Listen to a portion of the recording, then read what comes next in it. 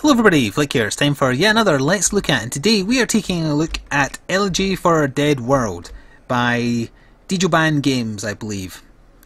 This is one of those games where it's going to be very hard to kind of categorise what exactly it is.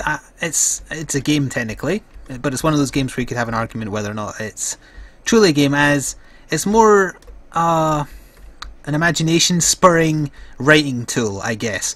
You're given 3 dead worlds to explore, and you are to write an elegy for them in the form of prose or poetry or whatever you want, with either just audio and visual cues from the game, or you can ask for some written cues, or you can just let your imagination run wild.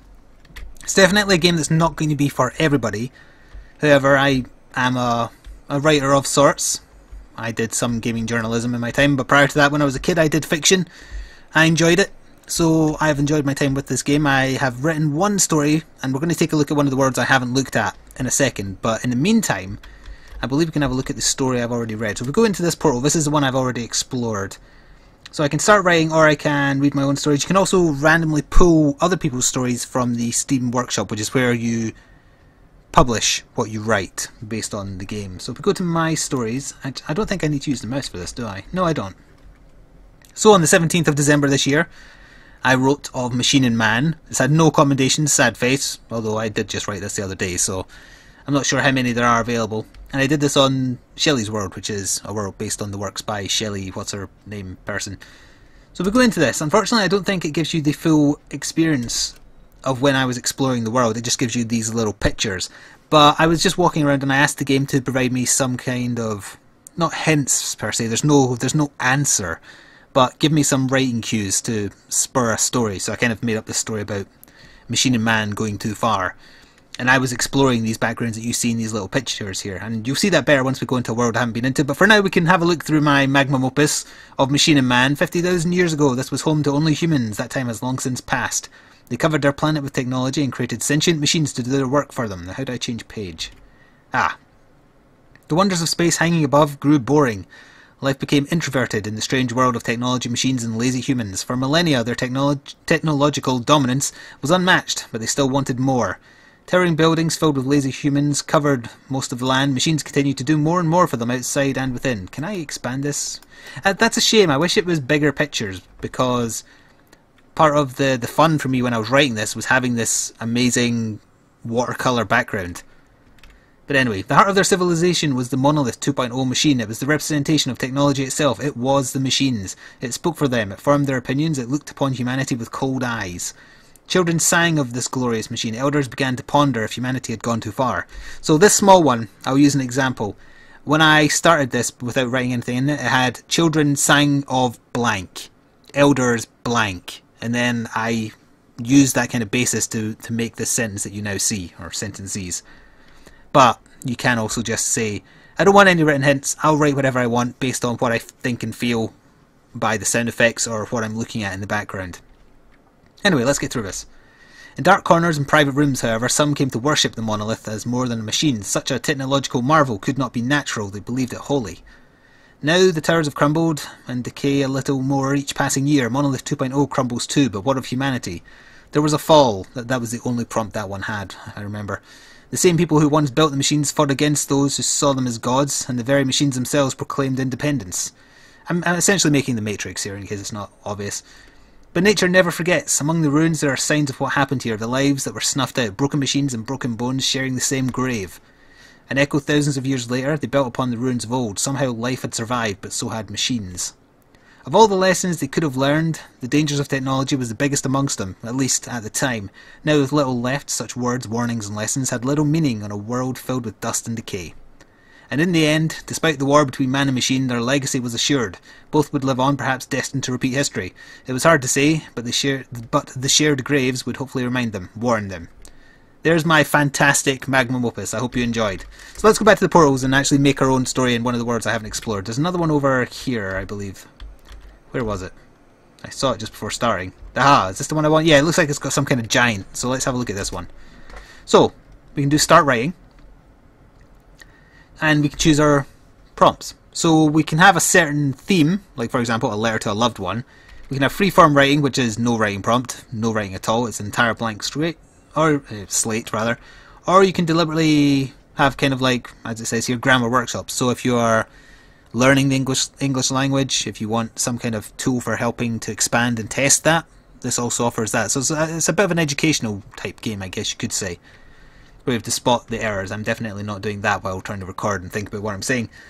The Emperor's Final Decree, I'm not sure where that is, and it's having trouble loading it. There it is. So it's setting up a story. I would rather kind of have little hints but not have a set thing. So what else have we got? The Sculptor Who Built a World, Letter to a Loved One. There's no poetry option for this one, although I guess blank slate can be whatever you want, including poetry. So let's do this. Let's do freeform writing. I won't have any prompts this time. We can see what kind of story we think up. So this just looks amazing. I love these watercolour washed out backgrounds. So press tab to write anywhere. Now when I was doing the other story, since I asked for hints, it had little quills on the stage and that told me points at which to write. And we can fly around here and we kind of explore and we can go along. I'm not sure how many times it'll give me something to write. So what could we say about this? I'm not sure. The temptation is always there to do something super silly, but I'd rather not. Still, if we do tab, then we can just essentially write whatever we want, like that. So what could we say about this? A beast. A beast, what is that? It looks like a Fantasy Star Online enemy. Not sure. 3 titans holding up a fake world. There. I'm not going to sit here and try and be some kind of literary genius while also recording, so bear with me. And we'll close that. So that's now there, and I can open it again if I want to, you know, edit that well-known word in. But I don't want to do that, obviously, so we'll just delete that and move on and see what else awaits us. So there will be a link. Oh, it's starting to rain. There is a link in the Steam store page for you to have a look at Elegy for a Dead World. It's £10.99, which I would actually say is a little bit steep for what you get here. But if they are aiming for a more educational experience, that potentially explains. So this looks like a... Oh, listen for the sound effects kicking in as well. Oh, there's something we can go into here, actually. This is strange. Part of the fun is also just exploring, but once you've explored the 3 worlds, they don't change as far as I'm aware, so that would lose its appeal. Oh, I could have actually gone up somewhere else, I guess. Or down, rather. Let's see where this leads. Oh, there's a unrealistic distance between the 2 things here and down below. Let's just say that, in fact. The distance between these 2 holes don't match up below. What's up with that? There. I'm now critiquing the world and I accidentally went in there, so let's just move on. It's because you press up to kind of do the hover jump, which is faster. So it looks like this is where another globe was, but it's collapsed and shattered. Also, I love the droning music in the background, although I just realised it might be a little bit too loud, so let me very quickly, the screen might go black for a second, bear with me. Very quickly just lower the sound a little bit. I didn't realise it was quite so loud. Let's bring it down to about... That's more like it. Yeah, it's getting quite loud. There we go, that's better. Good. So anyway, we can write something here about the shattered globe. What could we say? We could say when the titans collapse, so does the world. There. And let's see what else awaits us.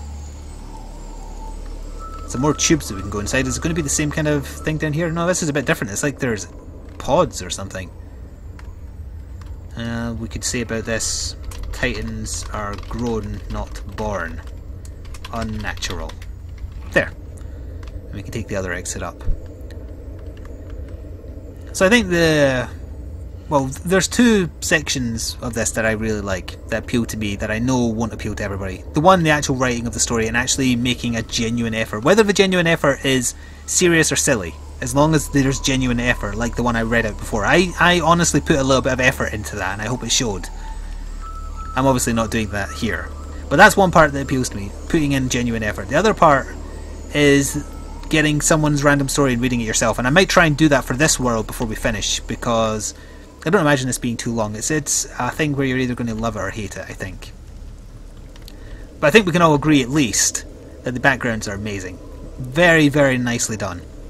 What can we say about this? I'm not sure. Nothing's coming to mind. This one's like a woman sitting in a tree, or almost. Woman sitting on tree. I am an artist. Ner. Nope, that made a sound cue happen when I did that. This one looks like a woman as well. I wonder if that's on purpose. Art is mostly women's bodies, incidentally, if they're from a certain time. Don't question it, I studied art for 4 years, I know. Although I did get into an argument with my art teacher once. I can't remember about which picture by Picasso it was, but I got into an argument about it. And I still believe I'm right. What is this? This statue represents deep stuff, man. You wouldn't understand. There. Although again, oh, we're going to a new scene. That isn't the end of the scene, is it? That seems like it's a bit... Yeah, it is. It's a bit shorter. 3 titans holding up a fake world. So I will obviously not publish that because I'm ashamed by it, quite frankly. But what we can do is don't publish now, and then I'll try and find someone else's and see what kind of story they've crafted. It might be poetry, it might be nonsense, it might take a while to load because I'm uploading. Ah, there we go. So read someone else's work. So this is Trust Me by Pixelary, and they wrote this today, in fact. So let's read this. I want to read their story. You'd like it here. The Great Ones still watch over this place. Also, I love the way this is displayed. This is much better than the way it was displayed on the other story. I wonder if I just didn't find the option to do this, because you get like a bit of the theme and the art in the background. But anyway, the Great Ones still watch over this place. There are worse places that I could have decided to drag you to. At least here we're safe from the Gaffy, safe under their watchful eyes. You'd like the native life here. They are wild and free like you. You'd love rain. It is warm and smells sweet. As a Scotsman, I can't say I love rain. Not like the rancid rain of earth. Oh, never mind. Yep, she knows. Well, she. It sounded like a female name. Picture Jalak in the spring, seen through rose-coloured glasses. It's not that different from home, except of course it's covered in grass, the air is fresh, and the gravity is just the way you'd like it. Underground, I found an intricate cave system to explore when we start to miss the dank. Hell, even the underground is fresher here. Maybe we could recreate that time in your grandmother's cellar. At least here your cousin Virl can't catch us. This is missing context. I'm not an editor and I'm not a professional writer anymore, but I feel it's missing a lot of context. I see remnants of machines down here, remains of lost people. I hear the last breath of these people coming from half-broken machines.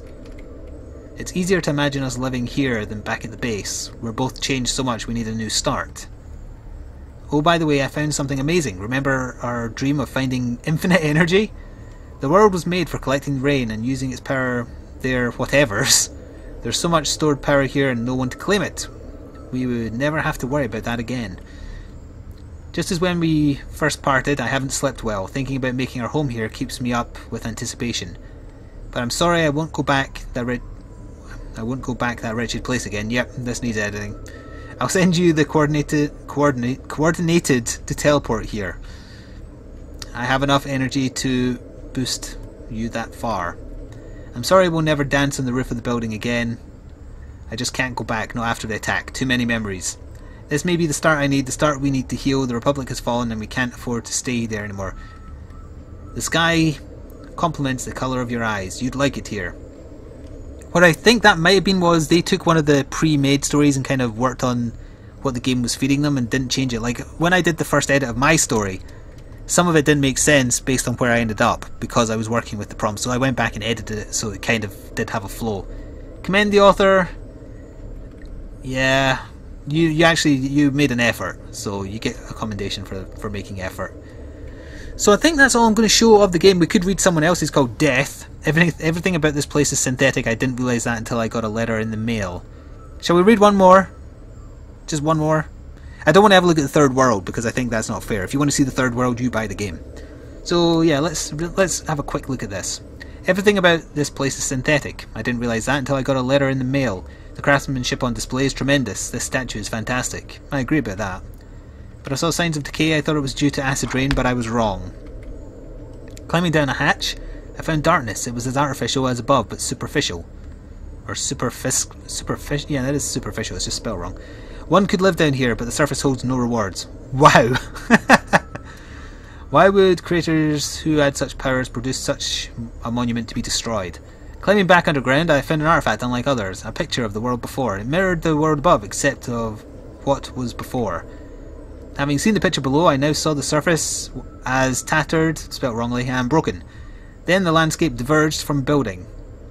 The structure was more rigid than decayed. Each consecutive structure was lightly compared to the last. These weren't the same structures I first saw, they were shapeless. And then a final tableau, monument. Someone had middened, symbolised, and because of it came destruction. This world didn't die from war, it was bullshit. Oh, there, I don't think English was your first language, so if you were doing this as some kind of, educational thing, then you did a fair job. But I can't commend that. Sorry, if you ever see this. The flakes that fell. See, but that's a shame because that sounds like that's going to be a good one. It has speech and everything. But we're not going to read that. We're going to exit the portals, and I am going to say that this has been Elegy for a Dead World.